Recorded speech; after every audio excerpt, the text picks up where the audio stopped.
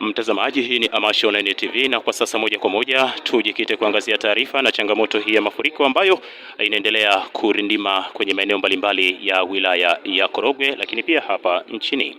Mvua zinazonyesha zimeendelea kusababisha adha kwa wananchi, hasa kwa wasafiri wanaotumia barabara kuu ya Tanga Arusha baada ya njia hiyo kufungwa kwa muda Aprili 15, 2026 majira ya asubuhi kufuatia daraja la Mtolewa lililopo kitongoji cha Gudusheni, kijiji cha Mgobe, wilayani Korogwe kuzingirwa na maji na kuhatarisha maisha ya wananchi, hasa wasafiri. Akizungumza akiwa eneo la tukio, mkuu wa wilaya ya Korogwe William Mwakilema amesema hali ilivyokuwa asubuhi kuanzia saa 12 mpaka muda huu, maji yalikuwa ni mengi sana na yalikuwa yanapita hapo barabarani kama futi mbili juu ya barabara. Hali ilikuwa ni mbaya, magari yanayotokea Arusha Moshi kwenda Tanga Dar es Salaam na yanayotoka Dar es Salaam Tanga kwenda Moshi Arusha tuliyazuia. Hakuna madhara yaliyotokea kwa wananchi waliokuwa wanapita kwa miguu na vyombo vingine, lakini pia na wale waliokuwa wanapita na magari. Maji kwa sasa hivi yameshapungua na shughuli za usafirishaji zimerejea katika hali yake ya kawaida.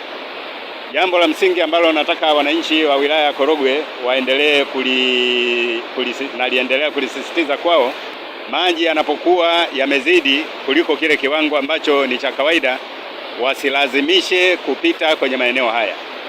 Uhai wa mwanadamu ni bora zaidi kuliko shughuli zetu tunazokwenda kuzifuata kwenda kuzifanya. Nao baadhi ya wananchi wa wilaya ya Korogwe wameelezea jinsi wanavyoathirika na changamoto ya kusimama kwa safari zao na kutoa ushauri kwa serikali kuboresha madaraja yaliyopo kwenye barabara hiyo ya Afrika Mashariki, kwani mengi ni ya zamani. Jina langu naitwa Joseph Richard Shamarage, ni mkazi wa wilaya ya Korogwe kwa Tanga. Changamoto ya kufungwa barabara kwa mara ni kutokana na madaraja ambayo ya kizamani. Madaraja yetu sisi ni ambayo yametengenezwa toka kipindi cha mababu zetu. Kwa hiyo changamoto yetu sisi ni madaraja hayo yanatakiwa yalipewe, kwa sababu yamekuwa ni ya kizamani sana. Sababu kama madaraja yetu ya Korogwe, kuna madaraja sio kama matatu. Kuna daraja moja la Mwembeni, kuna jingine la Budusheni kwenda Msambiazi, na jingine liko la Msambiazi kabisa hapa nyuma kwangu naenda kwa Mgoma.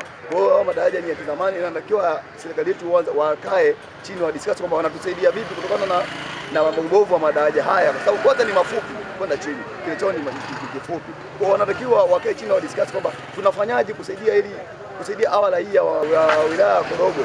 Anaitwa Tiki Muhammad Msanyika, mkazi wa Mtonga.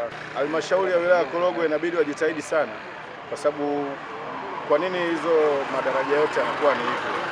Ina maana miundombinu ya halmashauri inakuwa haiko standard, kwa sababu kila siku ni tatizo ni hilo moja. Kila siku tatizo ni hilo moja. Hii ni barabara kubwa sana, Kenya, Uganda, Tanzania, umeelewa? Kwa hiyo wanatumia kampuni kubwa sana ambazo watu wanatoka wapi, Rwanda huko, wanapita barabara hii. Sasa kama madaraja na barabara zetu zinakuwa ni mbovu, haina thamani ya kuwa tena East Africa Road, maana miundombinu ikiwa mibovu na maisha pia yanakuwa mabovu.